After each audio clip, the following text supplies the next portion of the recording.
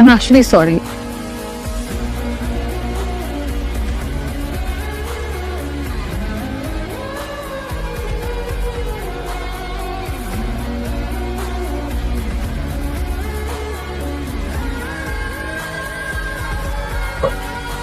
আপনি বিয়ের কার্ড দেখে খুশি হন নাই? না, কারণটা জানতে পারি? কারণ আমি যাকে মনে মনে পছন্দ করি তারও শীঘ্রই বিয়ে হয়ে যাবে। বলে ফেলেন। আমার ভয় করে যদি না করে দেয় আমি একা বলতে পারবো না। আপনাকে একা বলতে হবে কেন? আমি আছি তো আপনার সাথে। তাহলে কালকেই ডাকেন। আজকে যদি সে না আসে, আমি আপনাকে বলে দিলাম, আপনি আমাকে ঠিকানা দিবেন, আমি তার কলার ধরে আপনার সামনে তাকে নিয়ে আসবো। আপনি শান্ত হয়ে বসেন।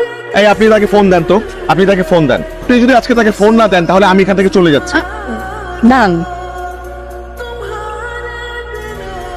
এক্সকিউজ মি ম্যাডাম, আপনার কি মাথা ঠিক আছে? কাকে ফোন দিতে গিয়ে কাকে ফোন দিয়েছেন? ফোনটা আমার কাছে আসছে। আমি ঠিক জায়গাতেই ফোন দিয়েছি। কোনো কালেই আমার পছন্দের কোনো মানুষ ছিল না।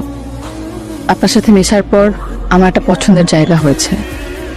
মনের ভেতর একটা ছোট ঘর হয়েছে, যেই ঘরে আপনাকে খুব যত্নে রেখেছি। এই ঘর থেকে আপনাকে কখনো বেরোতে দিব না। আমি আপনাকে বলতে চাই, আমি আপনাকে পছন্দ করি। আপনি এটা আমাকে পছন্দ করেন? পার্টনারের পছন্দ অপছন্দ, জৈবিক চাহিদা পূরণ না হওয়ার কারণ ইত্যাদি। বেশিরভাগ ডিভোর্সই হয় হাজবেন্ডের ফ্যামিলিতে শারীরিক ও মানসিক নির্যাতনের কারণ, যার জন্য ছেলেদের চেয়ে মেয়েরাই বেশি ডিভোর্স আবেদন করে। আপনি এবার ভাববেন না আমি আপনাকে পাওয়ার জন্য ভালোবাসার পক্ষে কথা বলছি। আমি আপনাকে এখনো ভালোবাসি, তাই বলে আজকে আমি এখানে এসেছি। ভালোবাসা মানুষকে সবাই পায় না। তো বিয়ের জন্য শুভকামনা রইল।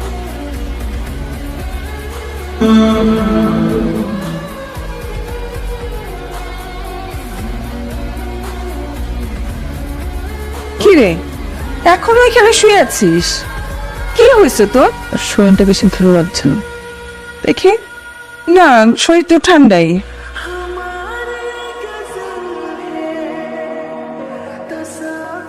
আপনি অনেকদিন পর কেমন আছেন? একা আসছেন? উনি কোথায়? চুপ করে কেন আছেন বলেন তো? বোবা হয়ে গেছেন বিয়ের পরে? শুশুন, আমি গত 3 মাস একদমই ভালো ছিলাম না। সেদিন তুমি আমার হলুদ থেকে চলে যাওয়ার পরে তোমার কথাগুলো আমার মাথায় ঘুরছিল, আর তাই সবার আগে আমার মার কাছে গিয়ে আমি বলি যে আমি আপাতত বিয়েটা করব, আমার কিছু সময় লাগবে। এই কথা শুনে মেয়ের ফ্যামিলি একদম রেগে ফায়ার। আপনার কথাগুলো আমি ভাবতাম, আমি মনে করতাম, তো আপনার কাছে এসে যে আপনার সামনে দাঁড়িয়ে আমি